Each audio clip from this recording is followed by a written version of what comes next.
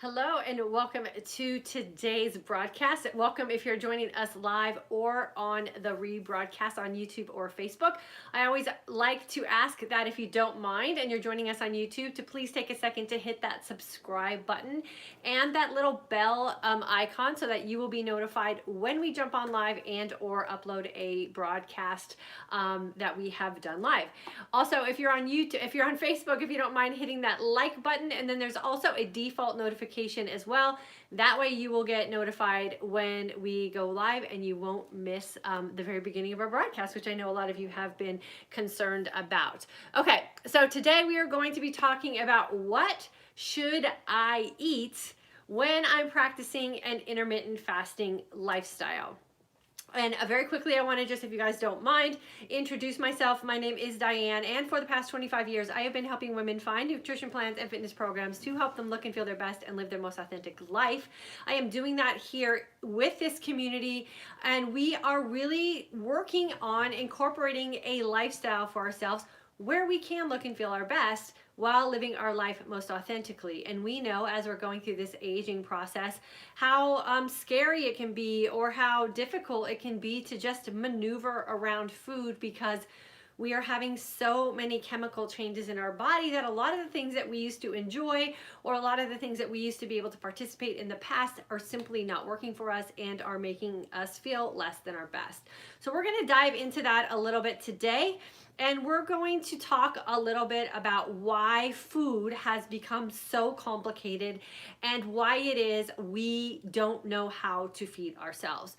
So figuring out what to eat is probably the biggest struggle women are having today, probably people in general, but we're going to always default to the women in the community that we have here.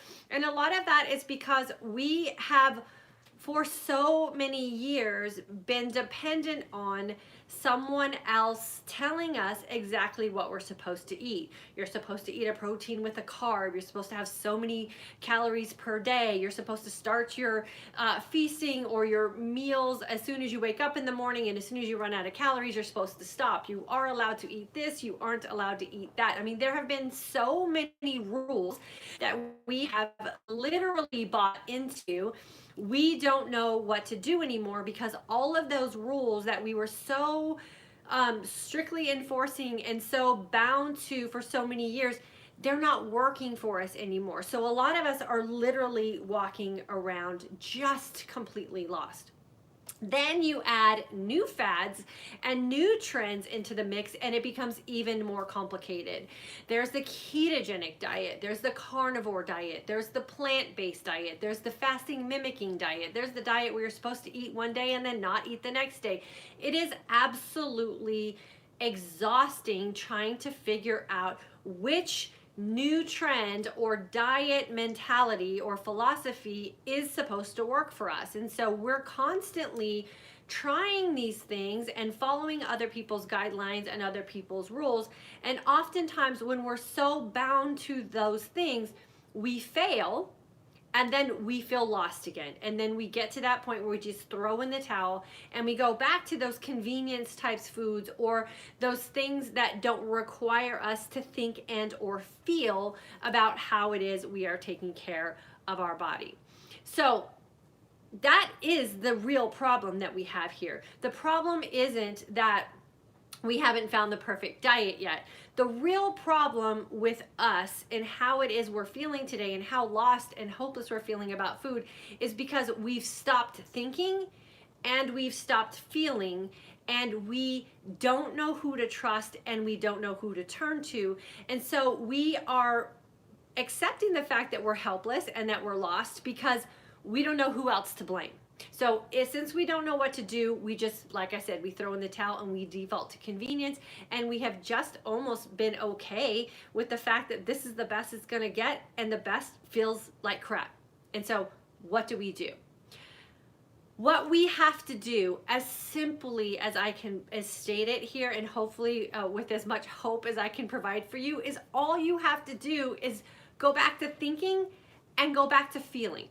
And if you think about the common sense approach or the common sense need that we have as human beings for food or nutrition as a basis, then feeding ourselves becomes really simple. You tag on the second aspect of that, which is when I think common sense wise and I associate the action that I am partaking in with food to how that action makes me feel, you can really start incorporating a plentiful amount of food that you can incorporate into your lifestyle. Let's fold in intermittent fasting. Fasting is simple for us, and it has been proven to help so many of us aging women reverse a lot of the signs of aging that we're not happy with, because we do nothing. We don't even have to think. And we do get to reap all the good feeling benefits in a fasted state. Do nothing for 20 hours a day. You don't have to think about anything. Is this going to make me feel bad? Should I eat this? Should I not eat this? Is there too many calories? What are the macros? Like, you don't have to think about anything. You just enjoy the energized sense of calm for 20 hours a day. You open up that feasting window and we immediately start to panic, because now we actually have to consider some things, and how is this going to make me look or feel? I have always and will always be the person that does not tell you how you need to feed your own body. What I love doing for women, and where I find the most reward and benefit from where I sit as a coach for women, is when the light bulbs go off for you, because you've started thinking and you've started feeling and you've determined the types of foods and or nutrition that allows you to look and feel your best, and allows you the opportunity to go on vacation or go on a date with your spouse, or socialize with your friends, or participate in a family event, and you no longer feel the guilt and shame and blame associated with what food can do for us. And that really is where a lot of us end up at this stage in life, where food's breaking us down, is we have so much baggage that we've carried with us from our younger years, when we thought everything was working for us. And that is the shame that we have connected food to with us in our life. It is the blame that we have for all of the things that we've tried before that haven't worked for us, and now we're sitting here so helpless because we don't know what to do. It is the guilt associated with not being able to stick to a plan that was devised by someone else for someone else, not devised for you as an individual woman. When we can shake all that guilt and all that shame and all that blame and come back to the present moment and really put ourselves in the driver's seat and put first what makes us happy around food as our priority, and we start making decisions around those things, we really can break the chains from the past and live a very happy and fulfilling life around food. There's some really simple guidelines I want to give you today that are going to help you figure out how you should feed your own body. I do not rely on anyone else to tell me how to eat. I do not rely on anyone else to tell me what it is that I'm doing that is right or wrong. Trust me, there are so many people out there who are eating a completely different way than I am eating today, and they are living their best life. It is not my place to judge someone else based on the decisions that are making them live their best life, even if it's different than mine. The thing about nutrition that is so amazing to me, or maybe even the more appropriate word would be so shocking to me, is that nutrition has become one of those taboo subjects. It's like discussing politics or religion in a social setting. Like, you're damned if you do, you're damned if you don't. And everyone wants to shame you if what you are doing or what you believe is different from them. And I think as women, especially because of some of the past emotional and mental conditionings that we have had around food, that we really need to lead this race or lead this discussion in changing how it is nutrition is discussed in the social setting and how it is we care for each other. I am in the first line of fire, so trust me when I tell you this. The hate and the threats and the just horrible messages that I get from women about how it is I'm choosing to feed myself is just appalling, and it's a little saddening in a way that there are so many people out there that are just so mean and so judgmental about someone else being able to stand on their own 2 feet and make a conscious decision about what makes their life better for them, despite the fact that it's different from what they're doing. And so please make sure that you are being not only physically healthy in this lifestyle that you're creating for yourself, but that you're also very emotionally and mentally balanced and healthy about this as well, and that you open up your mind to what other people are doing and take into consideration the fact that the choices that an adult human being is making is the ones that are best for them, despite the fact that they might be different from you. So like I said, there are so many different genres of eating styles out there today, whether it's the ketogenic diet, the carnivore diet, the plant-based diet, a vegan diet, whether you're gluten-free, dairy-free, soy-free, maybe on Tuesdays you don't eat bread, whatever it is. If you put yourself so tightly into a box of following a titled approach to how it is that you are going to put nutrition and, even more importantly, nutrients into your body, I promise you, you will have mental and emotional hangups about that, because it is so difficult to live a nutritional lifestyle that perfectly. It is confining, it is stressful, you will feel like you're missing out on opportunities in your life. And if you say you're a vegan and you go to an event and you have a piece of chicken, you will feel like you're failing. We do not want to live that way. Outside of religious beliefs which constrain you or have you living your life a certain way, that you are bound to live that way because that's your belief system. Outside of that, you should have freedom and flexibility around food based on what makes you look and feel your best and allows you to live your most authentic life, regardless of what other people are doing today and regardless of what other trends are out there. So here are some guidelines that I have for you to help you figure out how it is you should eat or how you should nourish your body. First and foremost, you should always consider the nutrient density in the food that you are choosing. Nutrient density is a very, very simple concept to live by if you know that the most nutrient dense foods are going to be the ones that have the least amount of ingredients in them and are as natural in their makeup as possible. So one ingredient, whole foods that are not coming out of a package are going to always be your best bet for nutrient density. Number two, make sure you are very aware and very honest with yourself about how many carbohydrates and or sugary type food items you are placing in your feasting window.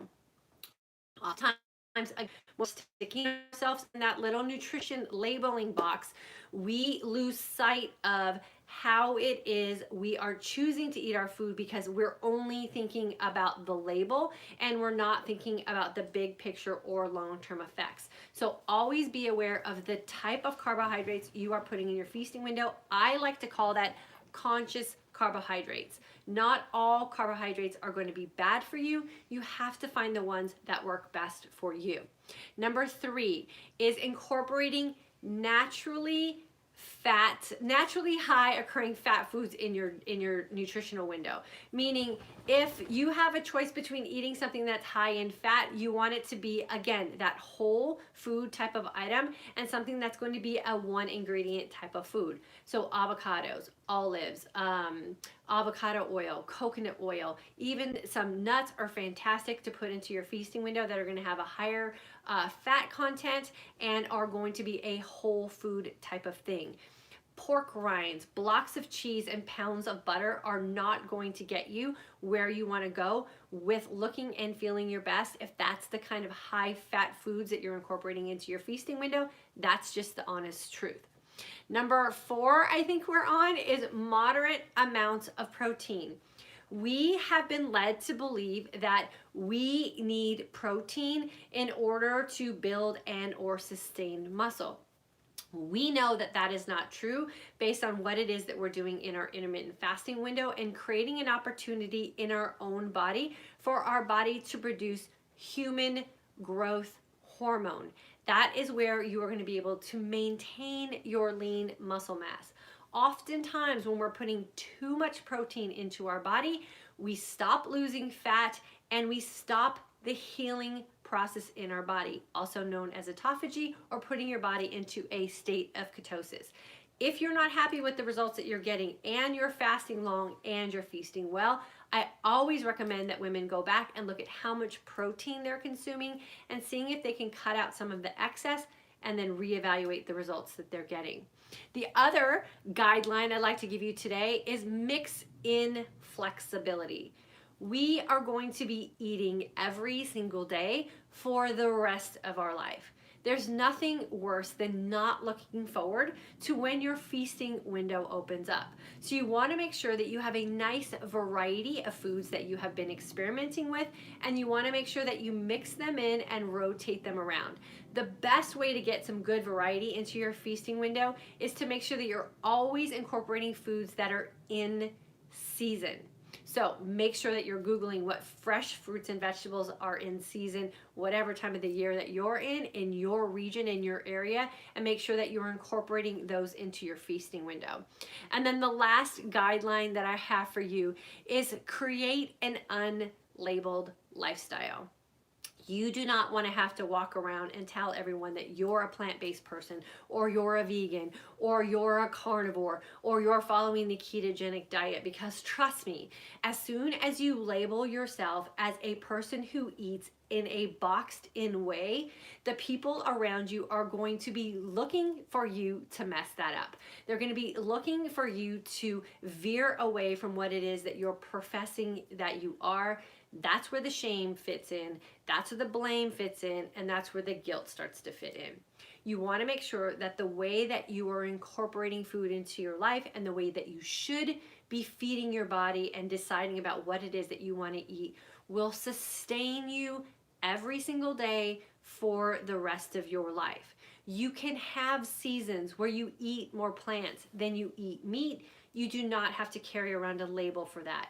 You can have a season where you eat more meat than you eat plants. That is fine too. You do not have to have a label for that. Just make sure that the foods that you are choosing to feed yourself with will, in the end, allow you to have the opportunity to look and feel your best. And in order to sustain a lifestyle for the long haul, you have to be able to do it authentically. Do not change the way you are eating to pacify someone else. Do not change the way you are eating because of some guideline that someone else has created, put into a little box, marketed, and sold to you because that's what worked for them. It might not work for you. So always make sure that you're taking that into consideration when you sit down to open up your feasting window. The last thing that I want to say also is that there is no quick fix. There is no magic pill. There is no secret sauce. There's no powder, no elixir, no nothing that is going to get you to the end result faster than you incorporating time and consistency with your body. And then we have to go back to being conscious, and we have to go back to feeling. If you're doing something, or you're eating something, or you're practicing a certain way of living that doesn't feel good to you, you have to question that. And then you have to go back to a time in your life where you were doing things that did feel good for you, and were getting you to that place where you did like the way that your body was looking, and your skin was looking, and your brain was working, and all of those things that we tend to be frustrated with, and reintroduce some of those things and see if they still work for you today. There is no worse feeling for us as women, especially when we're going through this time in life where things seem so unsure and everything seems to be changing and we don't know whether we're coming or going, is to not feel good about the food that you're eating, or not feel good every single morning when you wake up and have an opportunity to plant both feet on the floor and start a new day. And oftentimes, if you're not waking up every morning with the opportunity to plant those feet on the floor and have a good day, it's often because what it is you're doing in your feasting window is not working for you. And it probably is just because you're not thinking and you're not feeling. So please, put some effort into you, please think about what it is that you need to be doing in your feasting window. The fasting aspect of this lifestyle is so simple. You do nothing but enjoy the energized sense of calm. When you open up that feasting window, that should also be a time where you feel excited about the opportunity to fuel your body with amazing nutrients, so that the next fasting opportunity for you will be an opportunity for your body to heal itself and balance itself out. Every single day that we live as aging women should be a new opportunity for greatness. It should not be that thing that we feel like we're losing something every day. This is not a battle that we should feel like we have to fight. This should be a time of our life where we thrive and have the opportunity to embrace everything that our future has to offer us. If it's not that way for you, I promise you it's something that you're doing in your feasting window. So I'm going to go ahead and open things up for questions and comments. As always, if you're one of my graduates from my Intermittent Fasting for Today's Aging Woman course, please make sure you leave a comment in the comment section and share something that you've learned about feasting and turning on your thinking process and all those feels that we have around food, and give some of the women here who are catching this maybe for the first time some confidence that there is some light at the end of the tunnel for them as well. In my midlife mindset shift women, you know we work on our mindset around the way we want to live our life every day and how it is that we want to create our own life. And I hope this is resonating with you as well with some of the work that we have done in that course. So let me go to YouTube first. I'll answer some questions and comments here, and then Facebook I'll jump on and welcome you and read all of your comments as well. Lindsay from the UK, welcome girlfriend. Phyllis, Jackie is here. Artemis from Chicago, Cynthia's here. Susie, June 2019 grad. I'm concerned that fasting that same every day will fault my metabolism. So since you're my June 2019 grad, I'm going to encourage you to go back into your course and listen to the lesson about, I think it's why we don't have to count calories anymore, and why it is fasting actually resets your metabolism and raises your metabolism, and why not being consistent about your fasting and your feasting window will be the thing that will actually slow down your metabolism. So if you're fasting correctly and you're feasting well, you should see a spike in your metabolism, and that is part of the healing process as well. So please make sure, Susie, that you go back and listen to the first week's lesson in your course, because all of that information is in there for you.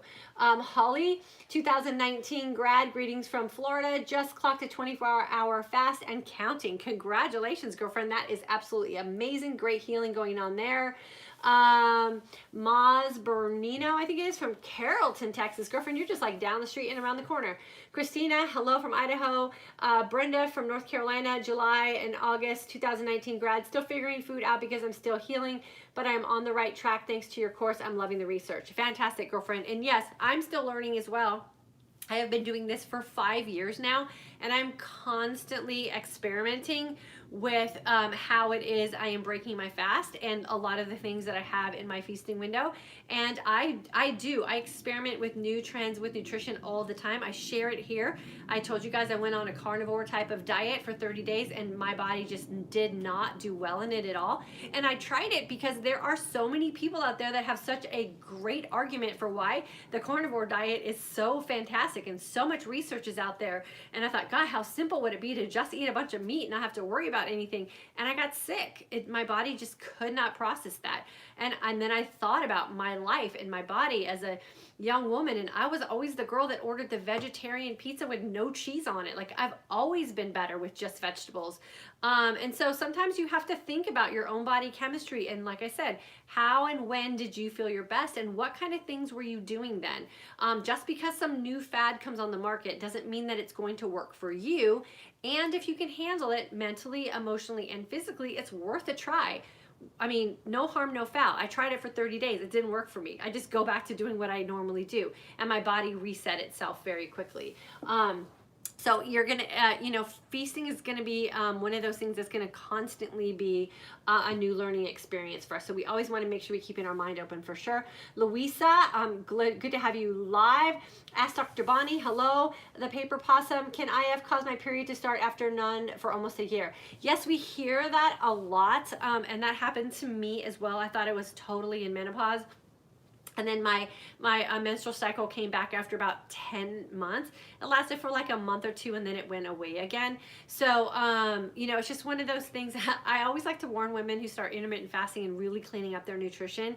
If you're done having children, you want to make, even if you've, you know, thought you were in menopause, you always want to make sure that you're very careful for the first couple years or so, because your hormones are balancing back out and they're adjusting. So we've had a couple of oops, I don't want to say oops, but we've had a couple of shocking pregnancies in this community, some from younger women who thought they were unable to conceive and were having serious issues with fertility and ended up conceiving and you know, having the baby that they thought they'd never be able to have. And then we've had some women in their 50s who thought they weren't, you know, they were done having babies, and they've had beautiful babies in their 50s. So yes, your hormones will fluctuate for sure. So I always say be careful with that.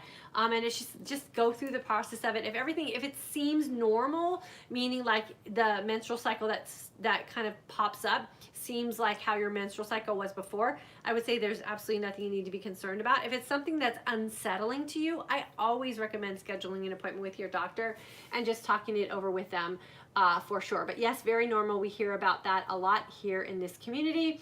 Tammy, good afternoon. Laura, food choice is always a struggle, and I think it always will be for me. There's so much noise and opinions of what we should and shouldn't eat. Thank you for simplifying things for us. Yeah, Laura, make it simple for you. Stop worrying about other people and stop being concerned about what other people are doing and what the trends are. You can literally read a PubMed research analysis of studies of people who are on the carnivore diet, and you'll be in awe of the results that they got. Then you can switch over and download same sort of research documentation of people who have been on a plant-based diet, and you'll be in awe at the results that they got by living that lifestyle. You can listen to people or read research on people who fast every other day.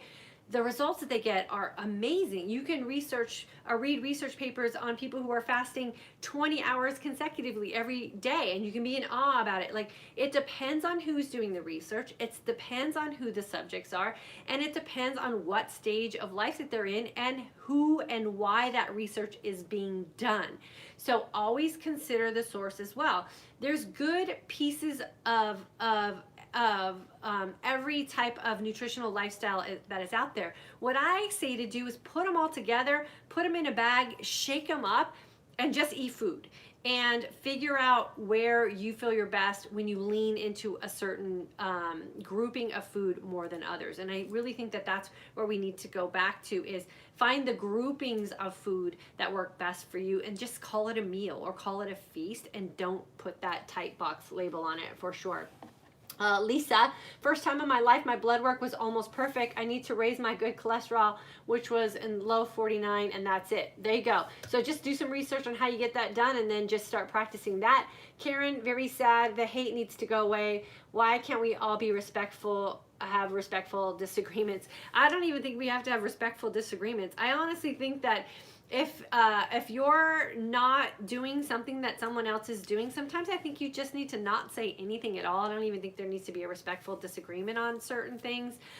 One of the reasons I am not super open about what it is that I'm doing in my feasting window is because it's not worth it to me. Like, honestly, it's not worth it to have to deal with the negativity. I would say 75% of the time it's great, but I try to share a lot of what I'm doing here, and it's just too complicated. Like, it just can't be like, this is what I ate, go try it, don't try it, you could like it, not like it. It's complicated. And so that's why I don't do meal plans. That's why I don't tell women what to eat. I share as much as I can so you can get ideas, and that's really what I suggest women do, is look at meal philosophies, look at food that other people are putting together, and use it as an idea sparker. I don't even follow recipe books. I can look at a picture and pretty much figure out what's in it, and if it's actually more than 3 steps in the preparation process, it's not for me. Like, I want to get my food, I want to prepare my food, and I want to eat my food, and I want to move on about my life. I do not like food and the kitchen to be all consuming of my time and energy, because that's just not how I want to live my life. And so sometimes that's what you can do too, is just simplify it as much as you can, enjoy food for what it is, and then move about your day. Jackie, loving my new IF life. Thank you. May 2019 grad. I love hearing that. Janet, midlife mindset member, getting this chat queues up to listen to my way home from work. 10 minutes. I can't wait. Oh, awesome. So you're going to listen to your midlife mindset shift course. Awesome, girlfriend. Holly, an unlabeled lifestyle. I love that. Yeah, for sure. Joy, I'm so glad I listened today. It's been a long while lately. I'm reconsidering IF, and today is exactly what I needed to hear. Thanks. You're looking beautiful. Thank you so much for saying that. I appreciate the compliment. Joy, yeah. It's not so much that we have to reconsider intermittent fasting, because what else are you going to do? You're just going to eat, so you're going to have more opportunities to open up your feasting window. It's going to complicate things more. So what I always say is, like, fasting is the easiest way and the most logical way to simplify food choices, right? Understand what happens to your body in a fasted state, and then it's super easy to figure out what to do in your feasting window. And then if you're going to fast, think about this. If you're going to put yourself in a fasted and a healing state for X amount of hours, and you just put your body in this opportunity to just be raw and ready to take in good nutrients, why would you jeopardize that with just a bunch of crappy food, right? So think about that too when you're opening up your feasting window. Your body is ready to take in nutrients and put those nutrients to work. Consider that when you're making your choices to break your fast as well. Aaliyah, I'm looking forward to joining your December class. Aaliyah, I'm looking forward to having you as well. Danny, welcome. Michael says hello as well. And then Ellen, August 2019 grad from Pennsylvania. Janine, 2019 grad and mindset course 2. So much great info and changes I've made. Feeling so much better doing 20-hour fast. Yes, for sure. And it's so easy. The Paper Possum, I recently have started IF. I'm 57 years old, and after not having a period for a year, I started again. Is this common? Yeah, I already answered that. Louisa, just like my body is starting to rebuild with sweets. I had a piece of candy the other day and it just shook all over. I found it too sweet. Yeah, Louisa, remember, sugar is addictive, and sugar is the most commonly abused drug we have in our society. So when you break the addiction and you break the chemical need for sugar, and then you put it in, your body actually has an adverse reaction to it, right? Because it's a drug and your body's now used to not running off of it. So I'm glad you had that feeling. Now, the next time you look at a piece of candy or you look at something like that that's super sweet, hopefully your body will trigger that memory of how awful you felt, and you'll be able to pause. And this is the advice I always give to women before you consume something that's questionable. Just pause, take a deep breath, and ask yourself how that's going to make you look and feel immediately after consuming it. And if you can answer that question honestly, it will help you in that decision process for sure. And oftentimes what we end up doing is just walking away from it because it's not worth it. Ika, I fell off the wagon this week. It's been a stressful week. What can we expect in the second month you have given to us? If you're talking about the November to December students, you get the same course in December, so you get the support in the community and you get an opportunity to go through the course again. I always recommend women go through their course from day one all the way to the end 2 times, and this is why. The first time you go through the course, you're not trusting, you're scared, you're questioning whether you're going to die during a 20-hour fast or whether you're going to die if you don't put something in your coffee. And then you get the experience and you start getting the good feelings, and then you start living this lifestyle and you start building a foundation, and then you have something come into your life that makes you question it, or someone makes a comment, or something stressful happens, or like we're going through here, the holiday season approaches, and then you start to drift away. What happens when you go through the course the second time is the foundation that you've already built and the things that you're already practicing get reinforced the second time through the course, especially when you're going through with another group of women. And the things you heard the first time, like, I don't remember who it was who said, I'm afraid that fasting every day is going to slow down my metabolism. You're going to hear that lesson again, and you're going to go, oh yeah, fasting actually speeds up my metabolism, and this is why. And it reinforces your confidence, and it helps you really get that foundation settled in so that when something stressful happens, or a holiday comes around, or you're questioning something because of something somebody else said, you're going to have it already in your mindset that this is the best way for you to live. So you get confidence and time and consistency for sure. And then Tammy, the link to your Amazon favorites isn't working. Michael, you want to look at that? Did it work? No, I'll look at it. Michael will look at that for sure. And then, oh, I'm in the November class. Thanks. You're welcome.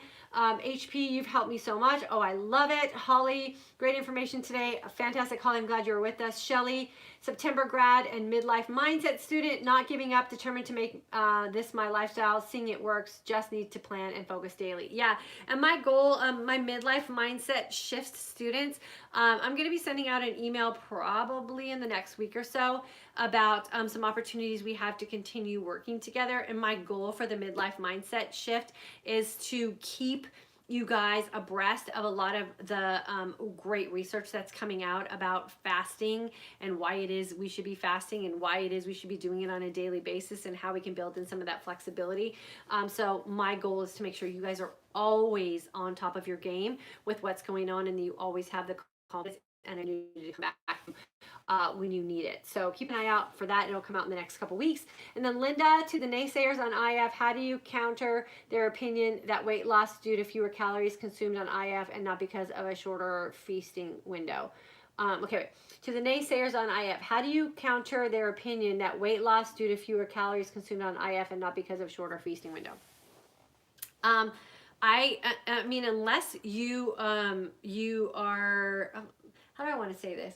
I don't care what other people think. Like, to be totally honest with you, it's not my job to convince someone else why something's working for me. So if something's working for you and someone's trying to combat you or trying to convince you that what you're doing that's working for you shouldn't work for you because of their own belief system, that's not a person that I think you want to be in a conversation with about it. There's so much scientific data out there about intermittent fasting, and quite honestly, leading with weight loss is probably not the best approach because the weight loss is what happens last most often with intermittent fasting. Intermittent fasting should be pursued because of the health benefits. I mean, I've just read some research information yesterday about how amazing intermittent fasting is for even deeper healing with cancer and helping people with what it is that they're going through with cancer treatments and the protocols you should use if you have to rely on chemotherapy and radiation for cancer, about helping people get rid of cells that are infected by viruses. And for us aging women, shingles are that thing that, like, if we've had the chicken pox virus, like, it's almost like a guaranteed thing we're going to have shingles. I've already had a bout of shingles. What if you could fast and get rid of those damaged cells that are carrying that chicken pox virus, and we no longer have to worry about getting shingles as we age? I mean, just think about how amazing that is and the opportunities we have for aging if we can get rid of things that are floating around in our body cellularly, or a lot of that damage we have with what's going on in our brain, by just getting rid of it through the practice of fasting. Have that conversation with someone. Tell Linda to tell her friends there's a lot of research about circadian rhythm, and if you had like the same amount of fasting window at every day, you had a certain window that you were hitting, that you're going to get healthier from hitting a certain circadian rhythm, and there's a lot of studies out about that. Yeah, did you hear that? Michael said, talk to him about circadian rhythm. And then what I always say too, when people are just like beating you down about you having to justify what's working for you and how great you're feeling, ask them how they're feeling. Ask them how what they're doing is working for them. Ask them how they felt when they woke up. Ask them how they slept last night. Ask them what kind of medication they're on. Ask them how they feel about their weight or their body. And if they can't come back to you with the same responses that you have for them, they're not your person to talk to about. And like I said just a little while ago, nutrition and lifestyle changes that we're making to make us look and feel our best are as taboo as politics and religion. So if you can't have a healthy, open conversation where you have differing opinions with someone about politics and religion, don't talk to them about nutrition or lifestyle either, because they're not going to get it, right? And so maybe use that guideline as well. And there are plenty of ways that you can graciously back your way out of a conversation that's not working with someone. So don't engage in conversations with people who are going to be so close-minded and so opinionated of what's working for you. You're not going to win that conversation. Trust me. Just be the example and let them watch and see what's going on with you that's working well. Before you know it, they're either going to be jealous and want to know what's going on with you, or they're just going to keep doing what they're doing and it doesn't matter anyway. Linda B, and yes, don't bring up conversation up. Can't bring up politics either. So yeah, so you don't want to talk about the lifestyle that you're living, because it's just as taboo for sure. I avoid those conversations at all cost. Amy from Oregon is here, my cousin. So good to have you with us as well. Girlfriend, I haven't seen you in the midlife mindset shift group. Have you checked in there at all? And if you haven't or you can't, let me know, because you should be in there with us.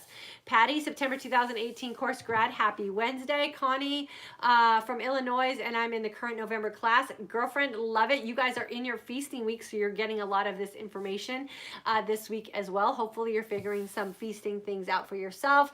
Hour mark and feeling great. Oh, she's at the 20-hour mark. Fantastic, girlfriend. 2 weeks in and you're already fasting for 20 hours. Elaine from Ohio, been doing 20-hour fast since joining your November class. Thank you for all your knowledge. Girlfriend, you are super welcome. Thank you for having an open mind and for doing the work. So you're reaping the benefits because of that. Kim, I'm from Cincinnati and in the new November course. Good to have you, girlfriend. Dale, checking in. I'm on a roll, 20 hours plus fasting every single day. My light is shining bright. Thank you, girlfriend. That is amazing. And the energy and the enthusiasm that you have around your fast, we can feel for sure. So clearly it's working for you. So it's definitely something you want to stick with. Melanie, you're amazing. I so appreciate your knowledge you share. Thank you so much, girlfriend. And then Jennifer says, I feel better emotionally when I start thinking about food as nutrition and a way to take care of my body instead of shaming myself and judging myself based on what I eat in a day. Good for you.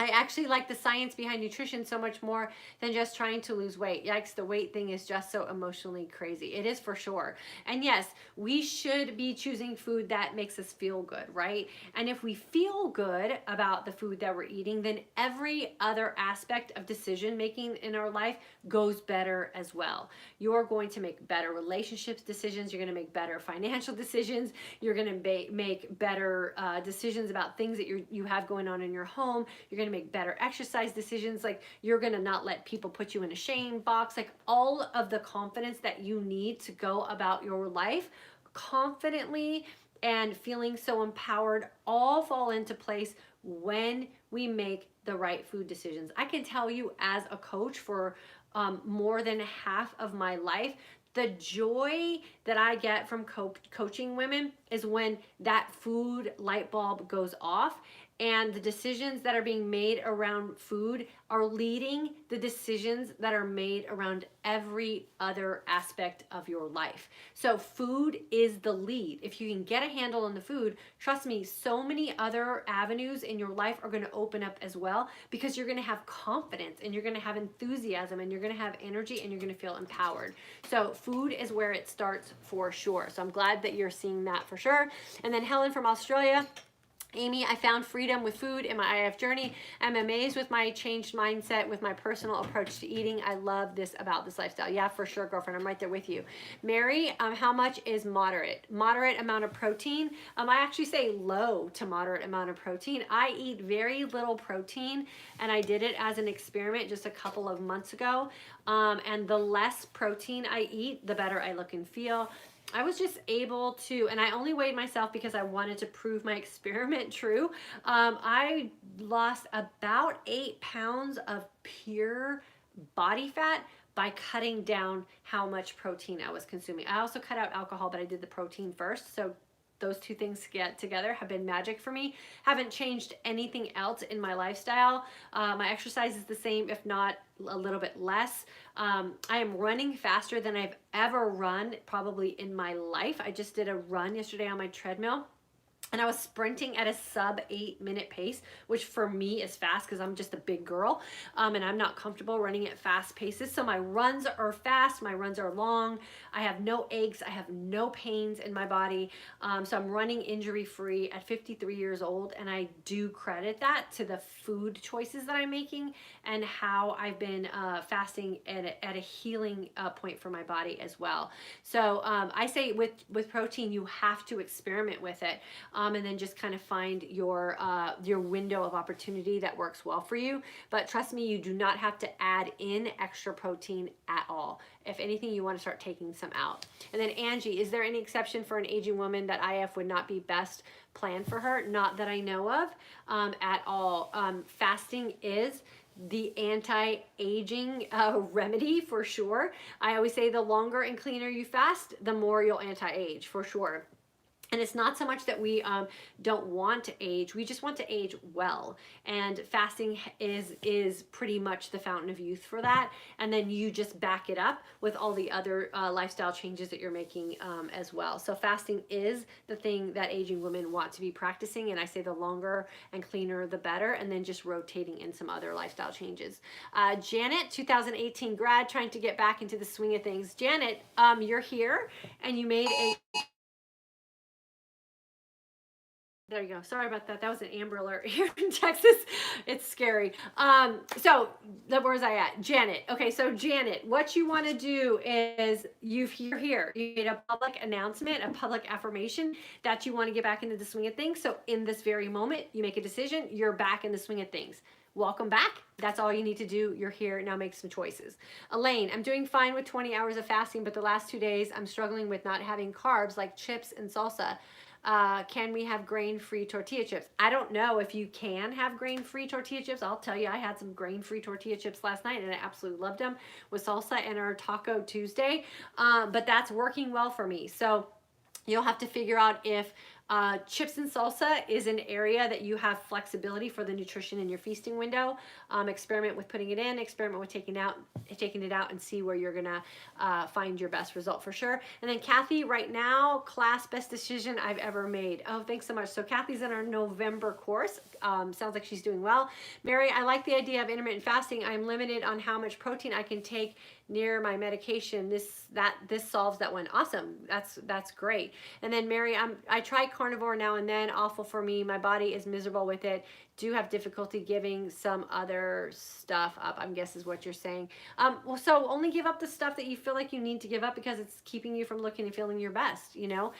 You always have to make choices and there's always ebbs and flows for sure. The one thing I really like to have women understand is that there's no such thing as bad food. There just might be food that's bad for you. So you just got to figure what those out are. Marlene, I just came on. Could you recap about the new class? The new class, there's a December intermittent fasting for today's aging woman course, and then there's a January 2020 midlife mindset shift course, and the midlife mindset shift course incorporates some deeper fasting concepts and some different ways to incorporate fasting, and it also is a lot of life coaching and mindset coaching as well. That's a great class to jump into.